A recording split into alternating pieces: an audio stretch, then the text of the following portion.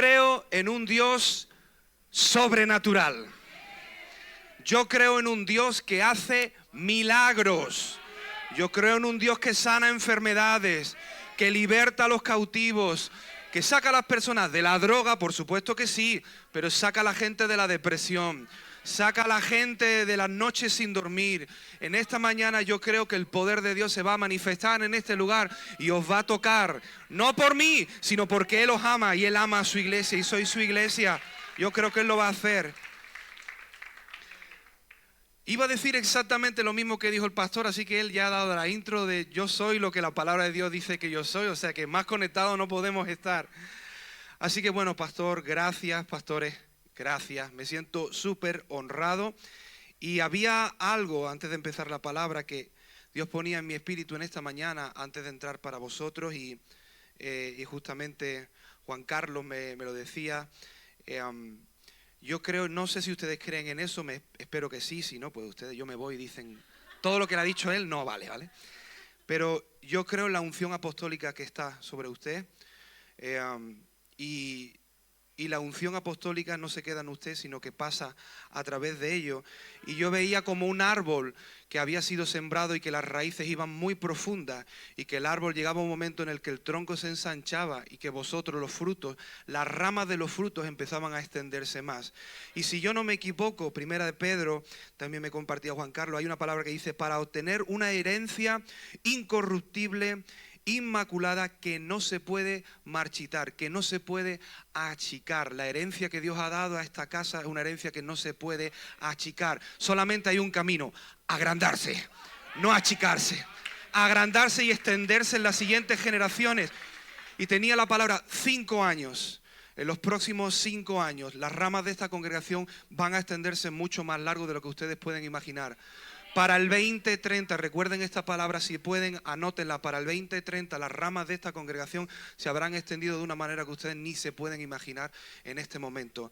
Así que Señor Jesús, si esta es palabra tuya, si esto es palabra de Dios y no de hombre, yo te pido que tú la cumplas, que tú la confirmes en el corazón de tus siervos y que dé su fruto a su tiempo en el nombre de Jesús. Amén y amén. Amén. Gloria a Dios. Hubo una vez un hombre que era un artista. Hubo una vez un hombre que era un escritor de poemas. Ayer estábamos con Marta, que Marta también escribe poemas.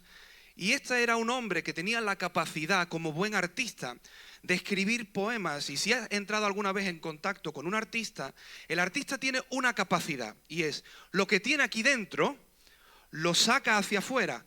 Ahí están todas las canciones de amores, de desamores, me has dejado, te has ido con el otro, pero ahora vuelves a mí y estoy dolida contigo.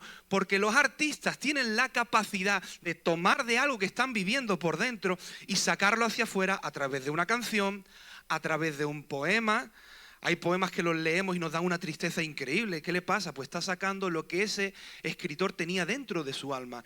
De la misma manera, nosotros podemos ver un cuadro. ¿No te ha pasado alguna vez que ves un cuadro y te transmite algo raro y te sientes, uy, qué cuadro más turbio, qué cuadro más oscuro? Entras en una cafetería, tienen un cuadro y te da como mal rollo.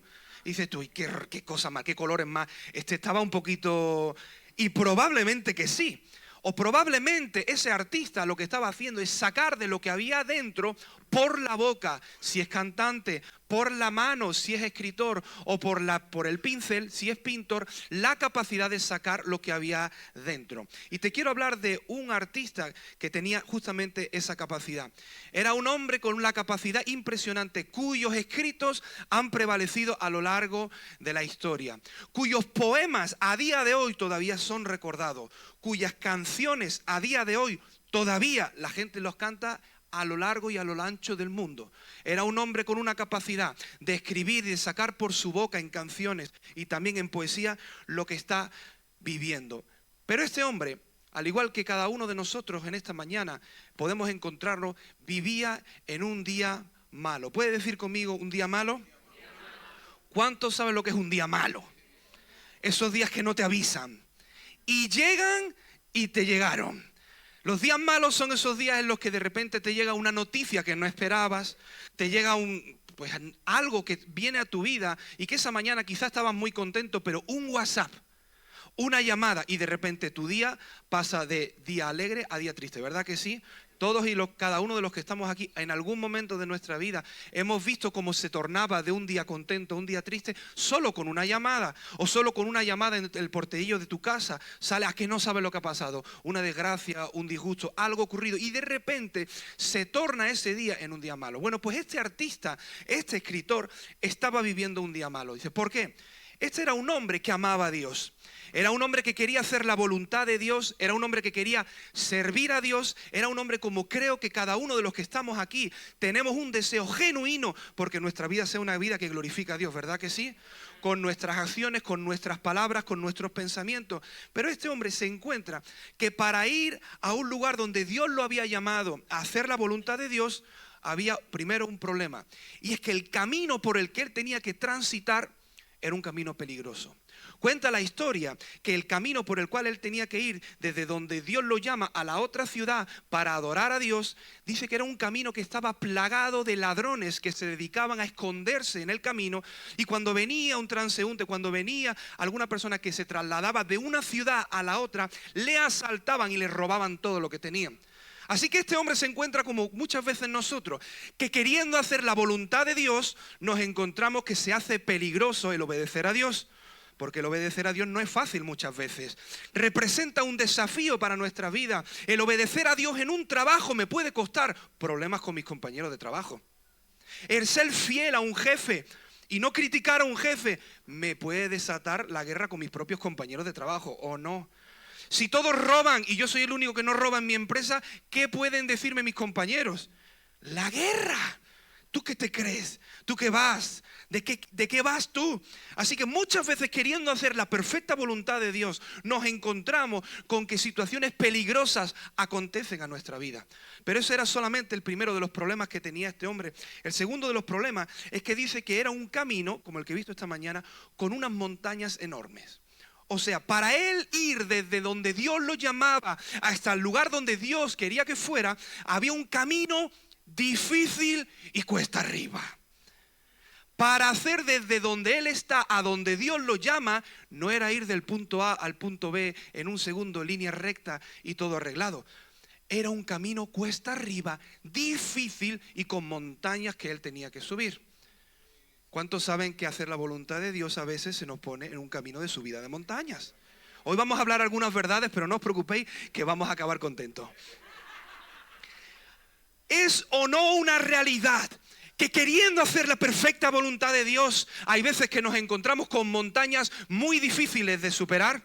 Y se nos ponen delante y nos desafían nuestra salud, desafían nuestra economía, desafían nuestras relaciones de familia, desafían nuestra esperanza, desafían nuestros sentimientos, desafían nuestra vida. Y nosotros solamente estamos queriendo hacer la voluntad de Dios. Pero hacer la voluntad de Dios no garantiza ausencia de problemas, garantiza victoria en medio de los problemas. No es lo mismo. Tú puedes ser victorioso en medio del problema, pero Dios no ha prometido ausencia de problemas, ha prometido victoria en los problemas. Y muchas veces cuando no tenemos esto claro nos confundimos y nuestra fe se tambalea porque no hemos entendido que la fe no es para los tiempos de bonanza, la fe es para los tiempos de desafío. Y queremos desarrollar la fe si los desafíos no funcionan, no crece la fe. La fe solamente añade crecimiento cuando tengo algo en lo que necesito que Dios se meta y obre. Si puedo yo, no hace falta fe, no es fe. Si se tiene que meter Dios, entonces es fe. Por eso no tengan miedo a los desafíos, porque los desafíos garantizan nuestra necesidad de Dios y un crecimiento si respondemos a Dios. Así que este hombre tenía en segundo lugar montañas las cuales subir. Y el tercer desafío que tenía este hombre es que cuenta la historia que por encima, en aquellas montañas donde número 1 se escondían ladrones, número 2 eran montañas muy inclinadas, número 3 en cada una de las cúspides de aquellas montañas se habían levantado altares de adoración a demonios, altares de adoración a espíritus inmundos. ¿Qué significa eso? Un clima espiritual de oposición. ¿Te suena eso? Un clima espiritual que se opone a lo de Dios. Unas leyes ¿Te suena? Unos gobernantes, una serie de leyes que se aprueban en una nación, en una comarca, que los cristianos, los hijos de Dios, saben que van totalmente en contra de la voluntad de Dios. Y abren puertas a espíritus, y abren puertas a potestades. Y luego los hijos de Dios se ven luchando con esas fuerzas espirituales que resisten y quieren resistir el avance de la obra de Dios. Pero ¿cuántos saben que ante Dios nadie puede aguantar por mucho tiempo? No pueden, no pueden, y en España no van a poder. No van a poder, no van a poder. Pero este hombre se encuentra con estos 3 desafíos. Número 1, peligro. Número 2, montaña que subir difícil. Número 3, un clima de oposición espiritual. Y de repente este hombre, queriendo hacer la voluntad de Dios, está viviendo un día malo. Día malo que viene sin avisar. Día malo en el que nadie le avisó que iba a entrar. ¿De quién estoy hablando? Estoy hablando de David. Y estoy hablando del salmo que se llama el Salmo de las Subidas. Estoy hablando del salmo en el cual Dios desafía a este hombre a subir y acceder a la montaña y acceder a la otra ciudad donde él tenía que presentar adoración. ¿Tú sabías que hay mucha oscuridad y mucho desafío para que el pueblo de Dios no adore a Cristo? Lo que ustedes tienen aquí es fruto de la gracia de Dios y del esfuerzo y del trabajo y de la lucha con uñas y dientes para que la adoración verdadera se desate. No es gratis. La salvación es gratis porque otro lo pagó. De ahí en adelante todos nosotros tenemos que creerle a Dios y luchar con la palabra de Dios y abrir camino. Que no le engañen, hermanos. Aquí, mientras Cristo vuelva, tenemos que hacerlo, como decía la palabra, lo conquistado en todo por la fuerza. Por la fe, un espíritu de fe y de conquista por la fuerza. Paso a paso, metro a metro, y así se ganan los territorios en el nombre del Señor. Este hombre es llamado David, y David dice esto: al contemplar estas montañas, lo hemos leído, Salmo 121, al contemplar estas montañas, ¿qué te está diciendo? Las montañas físicas que tengo delante de mí. Me pregunto, diríamos en castizo, ¿y a mí qué me ayuda? ¿Y yo qué? Dios, tú me llamas a hacer algo sobrenatural. Tú me llamas a ser un precursor de la alabanza y de la adoración, como creo que ustedes aquí lo hacen. Dios, tú me das un llamado a abrir punta de lanza en la adoración. Tú me llamas a David. Todavía a día de hoy cantamos los salmos de David. Todavía los más nuevos recurren a los salmos de David para crear canciones nuevas. Y han pasado una cantidad inmensa de años. Pero sin embargo, David se está enfrentando a su primer imposible. Y dice, tengo unas montañas delante. ¿De dónde viene mi socorro? Pero de repente algo ocurre. Y de repente, atento, al contemplar estas montañas me pregunto, ¿de dónde vendrá mi socorro? Mi ayuda viene del Señor, el creador del cielo y la tierra. Nunca permitirá que resbale, nunca se dormirá el que te cuida. Él nunca se duerme, el que cuida a Israel. Él es quien te cuida, Él es quien te protege, Él es quien te ayuda. No te hará daño el sol de día, ni la luna de noche. El Señor te protege de todo peligro, hoy y para siempre. Ese es el Dios al que nosotros seguimos. Ese es nuestro Dios. No seguimos un perdedor, seguimos un vencedor. Fíjate, y te pregunto, yo cuando veo esto digo, Dios mío, a este hombre ¿qué le pasa? ¿No te has preguntado cómo puede una persona hacer ese cambio entre el versículo 1 y el versículo 2? En el primero estamos todos y cada uno de nosotros. Ante este imposible, ¿quién me ayuda? Pero hay algo que ocurre, y de repente el mismo que está diciendo no hay nadie que me ayude, de repente algo hace ¡pa! Se activa dentro de él y empieza a decir, no, mi socorro viene del Señor, Él es el que me cuida. Algo hay dentro de él, hay algo dentro de él que no le deja quedarse solamente en el imposible que están viendo sus ojos, sino que hace que una palabra de fe nazca y salga de su boca. ¿Qué tiene este hombre? Yo lo quiero. Yo quiero lo que este hombre tiene. ¿Cómo lo hace? David dice, sí, yo veo mi imposible, pero yo siempre digo esto, digo, mira, la palabra y la fe no niegan la realidad, no dicen no pasa, no niegan la realidad, pero deciden hablar una cosa superior y en la que Dios habla sobre esa situación. No es lo mismo. Yo puedo decir, vale, aquí hay un desafío, sí. Como alguien me dice muchas veces, me escucha hablar y dice, Esteban, tú de verdad, cuando hablas de avivamiento, de las cosas que Dios está haciendo en España, dice, pero Esteban, ¿tú no ves las noticias? Digo, sí, pero Esteban, ¿tú no sabes lo que está pasando en los periódicos? Sí, pero tú no sabes. Y aún así, ¿cómo dices eso? Digo, sí, porque donde el periódico dice este país va muy mal, yo digo, hay otra voz por encima que dice España tierra de avivamiento. Y eso voy a hablar. Porque es mi obligación ajustar mi lenguaje al lenguaje de Dios. No puedo tener un lenguaje terrenal, porque el lenguaje terrenal es carnal y está preparado para la derrota. Milagros en el día malo se llama esta reflexión.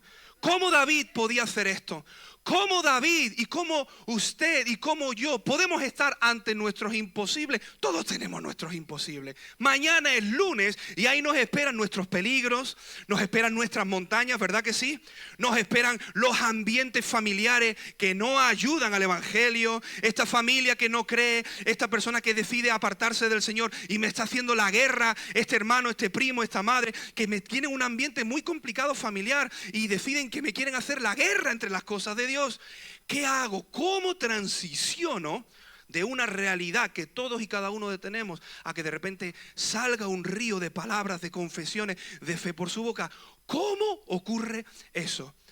Pues la respuesta es muy sencilla. Y quiero ponerle un ejemplo.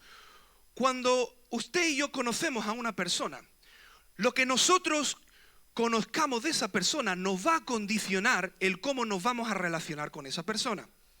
Por ejemplo, cuando ellos se conocían, con permiso, cuando ellos se conocieron, ¿qué tuvieron que hacer antes de casarse para llegar a la decisión de que se tenían que casar? Conocerse. Ok, ¿cómo se conocieron? ¿Y cómo se relacionaron? Dialogando. ¿Y cómo dialogaban? ¿Qué necesitaban para dialogar? Hablar. Y para hablar tenían que ponerse de acuerdo y pasar tiempo juntos. O sea, la base del resultado del fruto que ellos tienen ahora viene de un principio en el cual ellos decidieron que querían en primer lugar invertir tiempo para estar juntos. Al pasar tiempo juntos comenzaban a hablar. Al hablar, él conocía los pensamientos de ella y ella hablaba a él sus pensamientos. Y cuanto más tiempo eso ocurría, más se interconectaban sus espíritus, sus corazones y sus mentes. Cuanto más tiempo desarrollaban el uno con el otro, él ya sabe lo que ella piensa. ¿Por qué? ¿Por adivino? No, porque la conoce. ¿Y cómo la ha conocido? Porque ha pasado tiempo con esa persona. David conocía a su Dios. David era el mismo que en años anteriores había tenido que ser desafiado en situaciones.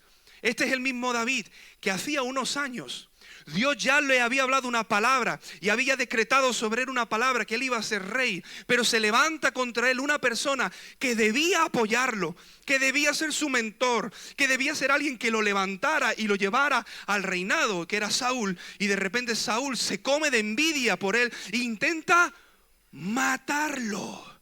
Y de repente Saúl se convierte en su gran montaña que escalar, su lugar de peligro, cuando él estaba tocando y sacó una lanza y se la lanzó.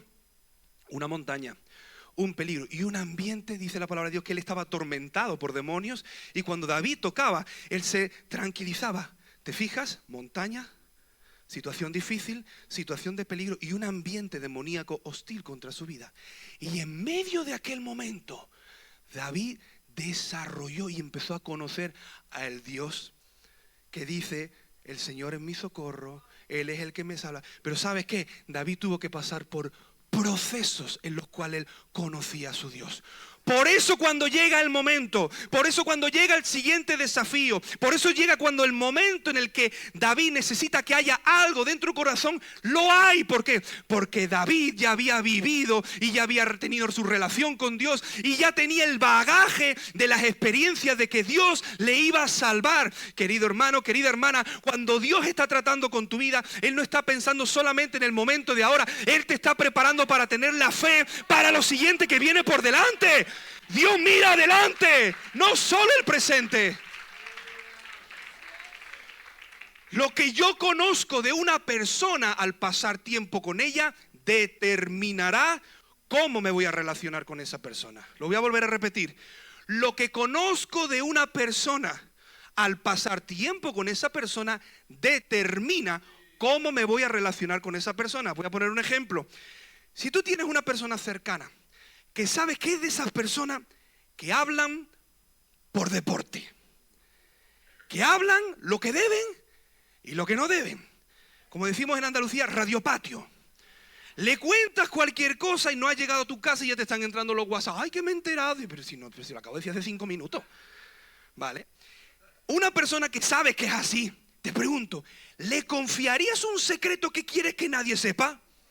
¿Por qué? ¿Por qué? Ahí habéis dicho la palabra clave. Porque sabes. Porque tienes certeza de lo que esperas. Convicción de lo que no ves. Tienes fe, una fe enorme en que sabes que esa persona va a hablar lo que no debe. Tienes una fe un poco así, pero tienes una convicción, ¿sí o no? No se lo digo porque lo sé. ¿Y de dónde viene ese lo sé? Porque conozco a esa persona, porque hay un recorrido en esa persona, porque le llevo viendo cómo esa persona ha manejado la sin hueso. Y sé que lo va a hacer, pero del mismo modo, imagínate que tú eres una persona que conoces a alguien que tiene el síndrome del bolsillo agujereado. Que es que le entra dinero, flum, y se le va. Le pagan, no ha llegado a su casa y ya, ¿pero dónde va el sueldo? ¿Pero qué has hecho con el dinero? No, me han dado un extra y no ha llegado a la casa y ya se lo ha gastado. Pero vamos a ver, ¿tú qué haces con el dinero? ¿Lo quemas? ¿Haces fogata con los billetes? ¿Pero qué haces con el dinero? Y es una persona que por alguna razón, no entramos a juzgar, pero que tiene una dificultad a la hora de la administración del dinero. No lo administra bien. Te pregunto, ¿tienes un dinerito ahorrado que lo tienes que sacar del banco porque ese banco va a cerrar y no lo quieres tener en su casa y se lo quieres dejar a alguien para que te lo guarde unos días? Te pregunto, ¿se lo dejas a esa persona? ¿Por qué? Porque tengo la certeza de lo que espero y la convicción de lo que sé. Sé que esa persona se lo va a gastar. ¿Por qué lo sé? Porque soy muy mal pensado, aparte, porque ya conozco a esa persona. Y sé que esa persona viene con una conducta, con un patrón, que Dios le ayude, que cambie cuando cambie sin ningún problema. Pero hasta la fecha lo que sé y lo que me ha demostrado esa persona es que tiene una dificultad. Lo que conocemos al pasar tiempo con las personas determinan el cómo yo me voy a relacionar. Si yo creo que Dios es un Dios que solamente me perdona los pecados, diré, vale, ok, Dios, Jesús me perdona de mis pecados. Pero hay gente que cree en un Dios tan pequeñito que solamente perdona pecados. Y perdona que te diga, perdón de los pecados es grandioso, es una maravilla. Pero déjame que te explique. La gente que cree en un Jesús que solo ha venido a perdonarme mis pecados, ¿sabes cómo va a vivir la vida cristiana? Peco, me arrepiento. Peco, me arrepiento. Peco, me arrepiento. Peco, me arrepiento. Peco, me arrepiento. Y toda la vida se la pasan en el peco, me arrepiento. ¿Por qué? Porque no creen que haya más allá que Dios pueda hacer en su vida que el perdonarme 1 y 1000 veces por la misma cosa. No creen en un Dios que te pueda hacer libre de ese pecado. ¿Por qué? Porque lo que crees de Dios te condiciona a cómo tú te relacionas con Dios. Si hay una persona que cree que Dios, vale, Él me perdona mis pecados y Él me ayuda a salir de algún pecado, pero no creo en un Dios que me puede bendecir económicamente, voy a vivir toda la vida sin pedir a mi papá que me bendiga económicamente. Pero qué tontería tan grande si es que Él ha dicho que, hijitos míos, yo quiero que seas prosperado en todo, así como prospera tu alma. Y ahora venimos nosotros a decir, no, a mi Dios no me prosperes.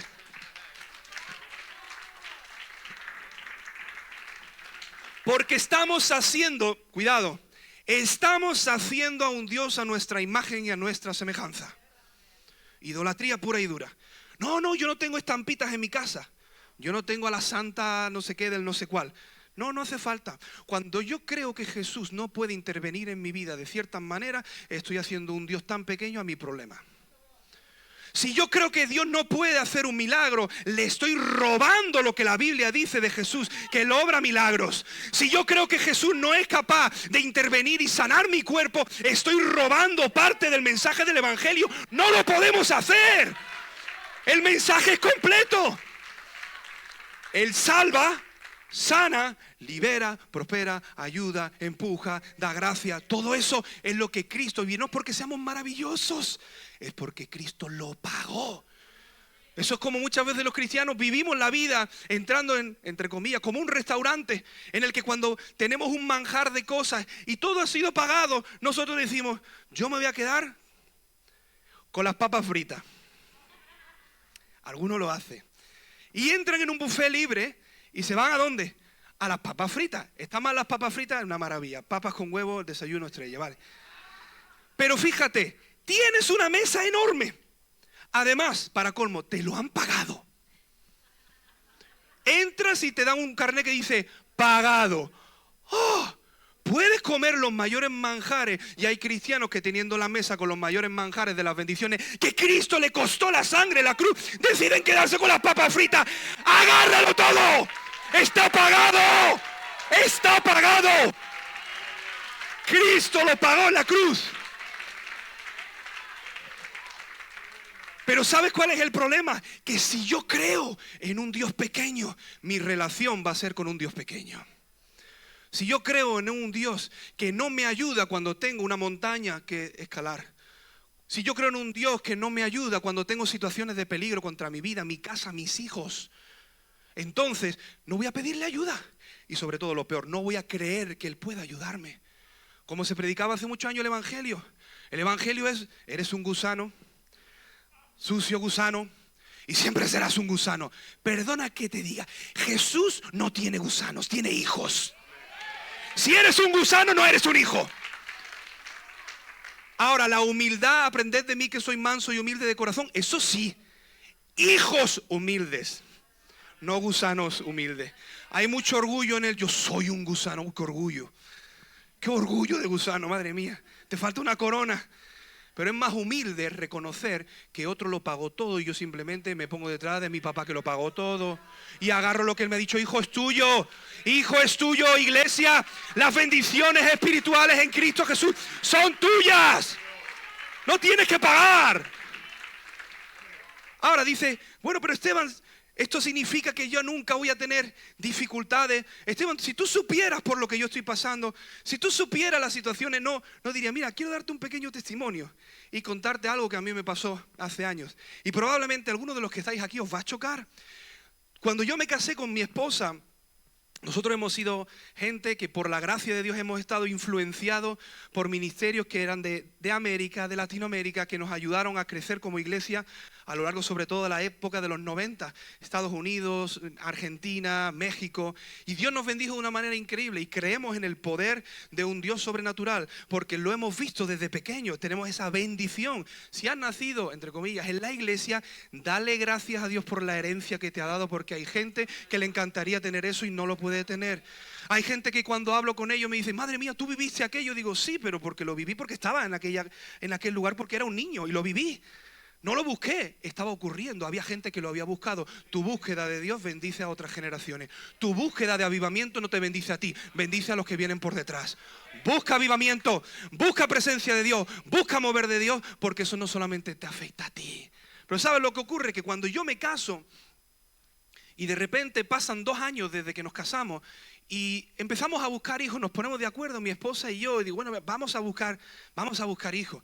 Y nos ponemos, pasa un mes y nada, no pasa nada. Pasa el segundo mes y nada, no pasa nada. Pasa el tercer mes, nada. Pasa el cuarto mes, ay Dios mío, ¿aquí qué pasa? Obviamente manteniéndonos en un espíritu de fe, que es como hay que mantenerse. Señor, nosotros creemos, Señor, nosotros mantenemos ahí, mantenemos la posición. Pero la realidad es que pasan 6 meses y nada. Y en aquel momento de nuestra congregación, de nuestra iglesia, había muchas parejas jóvenes recién casadas y empiezan a tener niños, y se empieza a llenar de embarazadas en la iglesia. Y nosotros, Señor, a ver, somos tus siervos, estamos aquí sirviéndote. Señor, cuando pasan los meses, ya nos empezamos a poner un poquito nerviosos, lo reconozco. Ay, Dios mío, ¿será que tenemos que pedir cita? No, cita no. Vamos a creer, vamos a esperar. Cita de nada, vamos a esperar. Pero pasan los meses, nos acercamos al año. Y yo empiezo a decir, Señor, mira, te amo, pero no quiero ser un chivato, como dicen en otros países, metiche, puede ser, que hablo de otras personas. Señor, mira, aquí en la congregación hay personas que llevan vidas y tú les estás dando niños. No quiero contarte las cosas que me cuentan porque yo ya sé que tú las sabes. Pero Señor, a mí me suena, no te voy a decir que eres injusto porque tú eres el Señor de la justicia. Pero aquí hay algo que a mí no me cuadra. ¿Quieres que te recuerde algunas de las cosas que me han contado?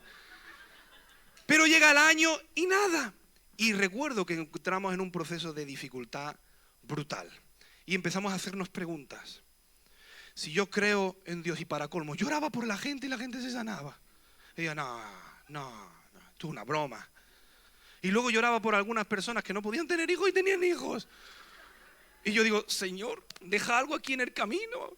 Deja ahí en el vaso que se quede, aunque sea como el café, el bordecillo del café. Deja algo. Y recibimos sanidad. Pero pasa el año, el primer mes, año y segundo mes. Y ya la cosa se convierte en un momento turbio de nuestra vida. Se convierte en un día malo. Y lo complicado de los días malos no es cuando es un día. Lo duro de los días malos es cuando empiezan a pasar los días y las semanas y nada cambia aparentemente, ¿verdad? Y se te empieza a hacer la cuesta, ya, se empieza a hacer larguita la cuesta, Señor. Señor, esto ya se hace difícil. Y ¿sabes qué? En la vida del cristiano hay etapas y hay temporadas en las que eso acontece. Y no hablar de eso sería quitarle una parte a la realidad de la vida del cristiano. Ahora, ¿que podemos pasar por esas etapas en victoria y en fe? Por supuesto que sí. No en derrota, pero ¿qué es una realidad?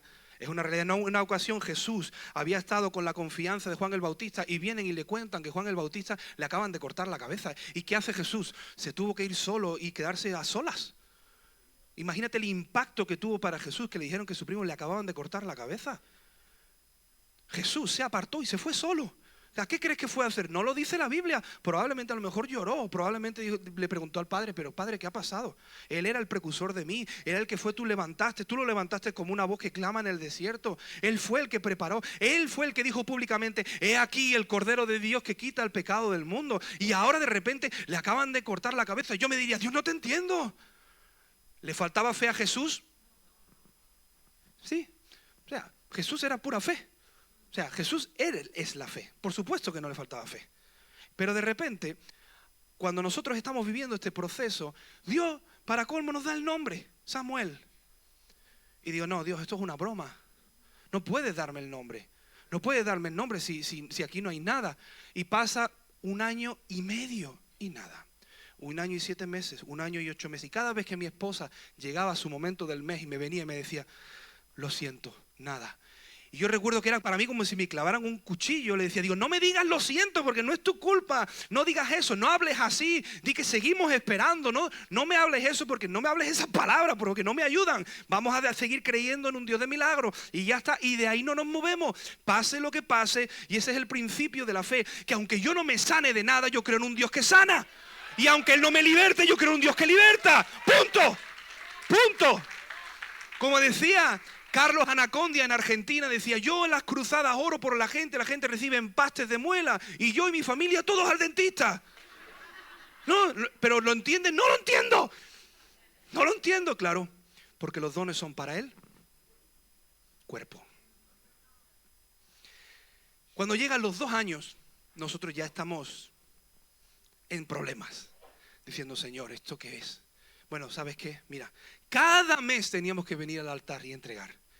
Lo difícil no es que entregues una vez. Lo difícil es cuando tienes que entregar muchas veces. Padres y familias que tienen hijos que están apartados del Señor, que pasan los meses y parece nada acontecer. Y tienes que ir una y otra vez al mismo altar del sacrificio y decir, Señor, te lo vuelvo a poner aquí en el altar. Mi amor por ti no está condicionado por mis circunstancias, pero reconozco que me siento desafiado en este momento. Pero ¿sabes qué, Señor? Lo pongo en el altar. Tú te mereces mi adoración en medio de una situación complicada. Cuando pasan los 2 años, mi esposa se queda embarazada, la gente empieza a alegrarse, empezamos a anunciárselo a todo el mundo, empieza una alegría, empezamos a preparar la habitación, empezamos a decidir de qué color íbamos a pintar los muebles, si íbamos a meter marrón o azul marino o azul celeste, y empezamos con la ilusión de que... Y pasan unos meses, y yo meses antes había hecho esta oración tan peligrosa. Y un día le dije a Dios, Dios, de esas veces como decía ayer, que me vine arriba en la oración. Ten cuidado cuando te vienes arriba y oras cosas porque, madre mía, me vengo arriba, Dios, yo quiero ser un hombre de mucha fe, yo quiero ser un hombre de gran fe. Señor, una impartición una impartición de fe. Y noto que el Espíritu Santo me dice, madre mía, me dice, si quieres ser un hombre de gran fe, serás un hombre de grandes pruebas. Y hago yo, ¿puedo retirar la pregunta? Lo prometo, digo, Señor, ¿puedo retirar lo que acabo de pedir? No, escrito ya está, esto está ante notario. Y créeme que así ha sido. Y algunas personas, cuando hablo en la intimidad con algunas personas y les cuento algunas de las historias, las batallas por las cuales hemos tenido que atravesar, se echan las manos a la cabeza. ¡Ay, yo no sabía! Digo, claro que no sabía. Claro que no sabía, porque esto es algo que es un proceso personal de Dios con cada uno de sus hijos. Todos no pasamos por los mismos procesos, ni todos enfrentamos, pero lo que está claro que el que quiere crecer en fe, la palabra de Dios dice que las pruebas hacen que nuestra fe crezca. ¿Quieren más fe? Más pruebas. Ay, yo no sabía que ese era el procedimiento. Yo prefiero que alguien me ponga la mano y me imparta la fe. No funciona. ¿Cuál fue la frase que más Jesús le recriminó a sus discípulos? Hombres, poca fe, otra vez y otra vez y otra vez. ¿Por qué? Porque la fe es lo que abre la puerta al mundo de lo sobrenatural, pero la fe es un desafío a nuestra mente natural. Como se decía esta mañana, mi mente dice una cosa, la fe dice otra. Y yo tengo que tomar la decisión sobre cuál de las dos me voy a mover, mi mente o la fe. Así que cuando llega ese momento y nosotros estamos ahí, yo recuerdo que en aquel momento trabajábamos los dos en la misma empresa, en una escuela infantil. Para colmo, nosotros trabajamos en una escuela infantil rodeado de niños. Imagínate, de broma. Y de repente, yo recuerdo que mi esposa un día se siente un poco mal y tal, y dice, mira que me siento un poco rara, tal. Digo, vete al médico, que te eche un vistazo, no pasa nada, no hay problema. Se va. Y cuando yo estoy ahí, él estaba en la clase con los niños, siento la voz del Espíritu Santo que viene y me habla con un amor, con una misericordia y con una cercanía que yo no había experimentado nunca en mi vida. Pero lo que me dice me pone a temblar, me dice, Esteban, escúchame, vais a tener que pasar por un aborto. Y en ese momento, ¿qué es lo que tenemos que hacer? ¡No! No, yo no recibo eso. No, esto suele ser del diablo. O sea, el principio era el correcto. Una palabra que contradice lo que Dios ha dicho, automáticamente se contrarresta con lo que Dios ha hecho, ¿ok? Pero lo que a mí me ponía nervioso es que yo sí había escuchado la voz de Dios. No había experimentado un ataque, era una voz de ternura y era la voz en la que Él, cuando ministraba de manera profética, Él me hablaba, era esa misma frecuencia. Y era una voz de amor y de misericordia y de preparación. Y yo digo, Dios, no, tú a mí no me puedes hacer eso. Tú a mí, eso no me lo vas a hacer. Pobre saltamonte, madre mía. Menos mal que Dios es Dios de gracia y de misericordia, que no nos manda un rayo, porque madre mía. Tú a mí no me vas a hacer eso. Porque yo he estado aquí más de 2 años esperando. Porque yo te he creído. Porque yo he esperado. Porque yo lo he hablado. Porque yo me he mantenido en fe. Tú a mí no me vas a hacer eso. Y me hace al rato el teléfono. Y me entra un WhatsApp de mi esposa. Y la palabra es, Esteban, lo siento, lo hemos perdido. Es la única vez en mi vida en la que he sentido físicamente como si me estuvieran clavando un puñal en el corazón, aquí. Era una sensación de un dolor indescriptible. Era una sensación horrible. Era un día muy malo. Y en aquel momento, de repente empiezo a decir, no puede ser, no puede ser, no, es que esto no puede ser, no puede ser, no puede ser, no puede ser. Y de repente noto que dentro de mí me encuentro como David en esta ocasión. Me noto con 2 posibilidades, 2 caminos a elegir. Camino número 1, Señor, no te entiendo, esto no es justo, tú eres un Dios injusto, tú a mí me has hecho injusticia, tú a otros no se lo haces, ¿por qué me lo haces a mí? Yo no te entiendo, y encima que te estoy creyendo, encima que he hecho todo lo que hay que hacer hasta el último segundo, que mientras hay vida y esperanza, mientras que yo he hecho todo lo que tenía que hacer, ahora tú me vas a pagar de esta manera. Y de repente notaba que una parte de mi alma se quería doler contra Dios. Y sabes que hay muchos cristianos dolidos con Dios en las iglesias. Le cantan a un Dios al que mantienen a la distancia. No te puedes apasionar por un Dios que crees que es malo contigo. No te puedes dedicar y servir con todo tu corazón a un Dios que te ha hecho una injusticia. Es imposible. Puedes decir palabras, pero tu corazón, como dice, este pueblo de labios me honra, pero su corazón está lejos. Podemos hablarle a un Dios, pero en el fondo tenemos un dolor con Dios. Y yo creo que en esta mañana Dios quiere sacar en alguna de las personas, decir, escúchame, saca eso de ahí, porque el dolor sin resolver con Dios es un veneno a tu espíritu. No te puedes relacionar en fe con un Dios que crees que te va a fallar. Es imposible. No te puedes fiar de un Dios que crees que te va a fallar. A no ser que Dios tenga un trato contigo y te sane el alma y te sane el corazón y te diga el porqué de las cosas. O no te lo diga, pero vuelvas a tomar una posición de confianza. Mira, en aquel momento tenía dos caminos. Había esa parte de mí que yo sentía como que me caía en un pozo profundo. Incluso decía, bueno, escúchame, incluso el ministerio, mira, esto te lo prometo, ¿eh? Así. Pero de repente, como con David, algo empieza a levantarse dentro de mí. Y empieza a decir, adora, adora. Y mi cabeza que decía, ¿cómo que adore? ¿Cómo? Esto es una burla. Esto es una falta de respeto a mi dolor.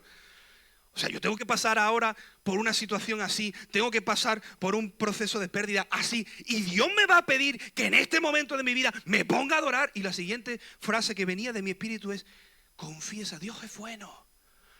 Y de repente se desata una guerra en mi mente. Mi mente diciendo, no lo hagas.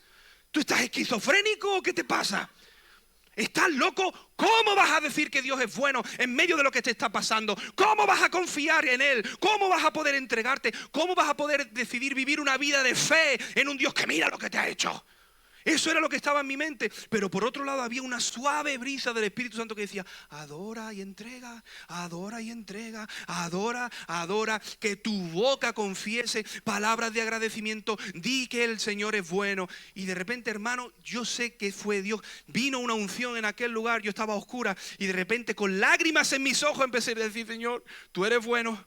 Tú eres bueno, tú eres bueno, tú eres bueno, tú eres... Y según lo iba diciendo, la voz me gritaba, ¡para! No digas eso. Pero el Espíritu Santo decía, sigue, te estoy sanando, sigue, te estoy sanando, sigue, te estoy sanando el alma y te estoy librando tu futuro.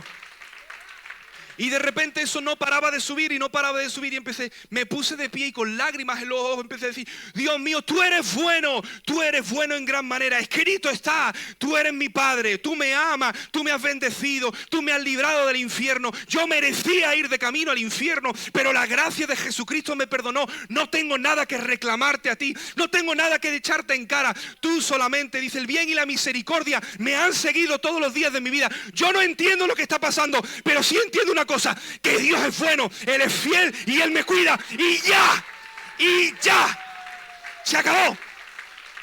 Y lo siguiente que ocurrió ahí, hermano, créeme, Dios está aquí, Él es real, y fue lo que me pasó. Yo sentí, la única vez en mi vida que me ha pasado, una mano física se depositó aquí sobre mi pecho.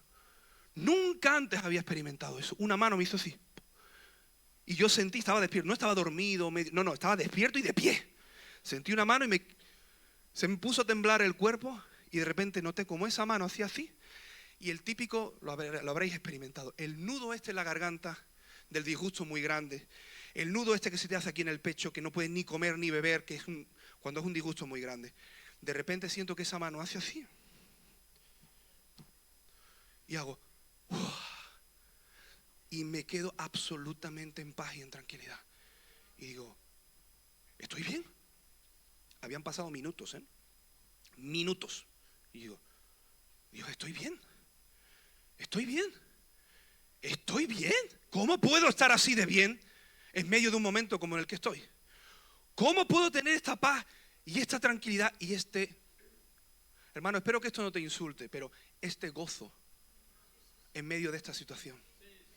¿Cómo es posible que yo esté experimentando esto? Y de repente pasaron los días, la gente de la iglesia venía, ay, ¿cómo va? ¿Cómo estáis con el luto? Digo, mira, discúlpame, no, yo entiendo, mi esposa lo pasó esa etapa de una manera diferente a la mía, cada persona experimenta de manera diferente, pero cuando a mí la gente venía y me decía, hermano, el luto, digo, mira, hermano, escúchame, no estoy pasando un luto porque solamente tengo que ser fiel a Dios. Dios me ha ministrado. Dios me ha tocado. Él me ha sanado el alma. No tengo luto que hacer porque estoy bien. El Rey de Reyes, el mismo Señor de Señores, que además no tenía por qué haberme advertido, me advirtió antes de lo que venía y me habló con palabras de amor y me dijo: hijo, vas a pasar por eso. Él es bueno y Él me ha sanado. No hay nada, no hay dolor. No hay dolor, no hay nada. Dices: pero Esteban, ¿tú entiendes? No, no entiendo. Y una cosa le dije a Dios: Señor, yo ahora mismo no entiendo. Una cosa sí sé, que si uno ejerce fe y se mueve en fe y hace su trabajo, y aún así, después de haber hecho, no si no has hecho tu trabajo, no si no le has creído a Dios y te has movido en fe, entonces es una irresponsabilidad. Pero cuando nos hemos movido en fe y hemos hecho todo lo que Él nos ha pedido que hagamos, si aún así no acontece, en ese momento hay que hacer como David cuando estuvo orando por su hijo, el que había tenido en adulterio, que él clamó y ayunó, y cuando no se sanó, ¿qué hizo? Se levantó, se vistió y ya está, dijo el Señor. No hay problema con Dios. Déjame decirte que tú y yo necesitamos que aquí no haya nada con Dios. No puedes caminar en fe porque la fe es confianza en Dios. No puedes caminar en confianza en alguien que crees que no es confiable. No puedes darle el 100% a alguien que crees que te va a fallar. Es imposible. Lo pasa con las amistades. Me entrego, pero sé que con cuidado, porque sé que me la va a hacer. ¿Sí o no? A no ser que sepas que 100% esa persona no te la va a hacer. ¿Sabes lo que ocurrió? Pasaron 2 meses. No fue fácil, pero tuvimos paz durante todo ese tiempo. Y a los 2 meses y medio, una mañana, sábado por la mañana, estaba en la cama descansando con mi esposa, 8:15 de la mañana. Mi esposa se levanta de la cama, yo estaba despierto, y se va al cuarto de baño y cierra la puerta. Y yo estoy en la cama ahí aprovechando sábado por la mañana, no tenía que trabajar ahí, 8:15 de la mañana, fresquito. Digo: qué maravilla. Ahí despierto en la cama a gustito. Y de repente la misma voz del Espíritu Santo vuelve suave sobre mí. Me dice: Esteban, tu esposa está embarazada. Es una niña y su nombre es Miriam. De repente, espera. Yo hago así. Y digo: espera, ¿esto qué? Y de repente me quedo así, me vuelvo a echar la cama y el corazón tutum. Se abre la puerta del cuarto de baño y viene mi esposa, me hago el dormido y se acerca y hace así y se sienta en el borde de mi cama y empieza: Esteban, despiértate. Esteban, despierta. Y yo: ¿qué? Mentira, estaba despierto. Y me dice, y abro los ojos y me dice, y cuando abro los ojos tiene una prueba de embarazo en la mano. Y digo: Señor, perdóname por lo que voy a hacer, pero esto es una oportunidad única en la vida, que luego la contaré en muchos lugares. Así que perdóname mi carnalidad, pero lo voy a hacer, Señor. Me dice: estoy embarazada. Y la miro y digo: ya lo sé, es una niña y se llama Miriam. ¡Pum! Y me echo para el otro lado. ¿Me lo ponéis? Y Dios nos bendijo. ¿Me ponéis la foto, porfa? Y Dios nos bendijo con nuestra primera hija. Yo creo en un Dios de milagros.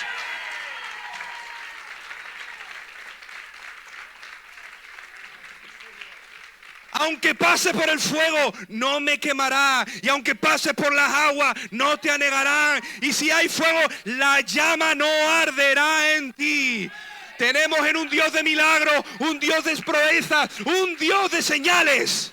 Ese es nuestro Dios, el equipo de alabanza. Y quiero preguntarte en esta mañana: ¿será que tú te puedes fiar de Dios? ¿Será que tú te quieres fiar de Dios? Aún los días malos, aún los días en los que no entiendes nada de lo que está pasando, no te estoy diciendo que entiendas, te estoy diciendo que confíes. El llamado no es a entender. La fe no se trata de entender siempre. La fe se trata de creer sin ver. Yo pasé por mi día malo, David pasó por su día malo, pero ¿sabes lo que ocurrió? Que Dios tuvo la misericordia. Y cuando yo estaba viviendo aquel día y Dios me bendijo con nuestra primera hija, Miriam. Miriam es un regalo de Dios. Está loca. Nos levantamos por la mañana antes de ir al colegio, ponemos alabanza y se mete a orar en lengua desde los 2 años y medio. Y yo la miro y digo: Madre Señor, ayúdame a amar todos los hijos igual, porque hay que hacerlo. Pero y además es niña, los otros 2 son niños. Digo, Señor, ayúdame a repartir el amor de manera equitativa, por favor. Pero está claro que lo que nosotros vivimos. Ahora, cuando yo te digo, yo creo en un Dios de milagros, te digo, yo creo en un Dios de milagros, yo lo he vivido. Yo he visto milagros de Dios. Yo he visto personas ser sanadas de cáncer, lo he visto. No me lo han contado, lo he visto. Yo he visto a personas con bultos desaparecer, no me lo han contado, lo he visto. Yo he visto a personas ser sanadas de enfermedades relacionadas con la sangre, no me lo han contado, lo he visto. Yo he visto a personas ser sanadas de enfermedades de transmisión sexual, lo he visto, no me lo han contado. Y sabes, muchas veces Dios está queriendo introducirnos en procesos para que nuestra fe crezca. Y nosotros, si tenemos una mirada corta de fe, y si tenemos una fe solamente del momento, lo cual es comprensible, no entendemos que Dios en las pruebas de fe nos está equipando con una fe y una confianza para lo que viene por delante. Dios te puede hacer pasar a ti por una situación económica complicada para que luego, como dice la palabra, para que con la misma consolación con la que vosotros habéis sido consolados, consoléis a otras personas. Y si Dios te permite pasar por procesos, yo creo que hay personas aquí en sus procesos, y si lo que Dios está queriendo es sacar oro, lo más preciado es fe y confianza. ¿Será que no hay gente en Balaguer y en los alrededores que necesitan escuchar? Escúchame, yo sé lo que es pasar necesidad económica y te digo, Jehová Jireh, Él es mi proveedor. Lo he comprobado y te lo digo, Él te puede prosperar. ¿Será que hay alguien en Balaguer que necesite escuchar? Yo estaba en la desesperación, yo perdí a un hijo, pero te digo, Él trae consuelo en la mayor de las oscuridades. Y eso es lo que Dios quiere hacer con su iglesia. Dios no está llamando a una iglesia ausente de desafíos y ausente de problemas. Una iglesia que no para de crecer en fe a pesar de vivir en medio de las circunstancias. No dejes de creer, no dejes de hablar, no dejes de confesar las maravillas del Dios que te llamó desde los cielos. Ponte de pie si puedes. Oh, iglesia. Oh, iglesia, si pudiéramos ver, como decíamos ayer, lo que ojo no vio, ni oído yo, ni ha entrado en el pensamiento, son las cosas que Dios tiene preparadas. Pero por favor, dítelo a ti mismo. Lo que yo no vi ni escuché es lo que Dios tiene preparado para mí, no para el vecino. No es que Él es más espiritual que yo, no, Dios te quiere usar, Dios te quiere usar. Fuimos diseñados desde antes de la fundación del mundo, dice la palabra de Dios, para que hiciéramos buenas obras, las cuales fueron preparadas desde antes de la fundación del mundo. No para los pastores solamente, para el pueblo, para la iglesia. Yo siempre digo, la palabra de Dios dice, Él estableció a algunos pastores, maestros, profetas, apóstoles, evangelistas, para equipar a los santos para la obra del ministerio. ¿Sabes quién hace el impacto en Balaguer? El cuerpo, la iglesia. No solamente los ministerios. Los ministerios somos entrenadores, capacitadores, empujadores. Adelante, te empujo, te formo. ¿Y qué hacemos luego? Familia, vamos y conquistemos Balaguer para la gloria de Dios. Eso. Si puedes cerrar ahí tus ojos, vamos a orar por algunas condiciones físicas.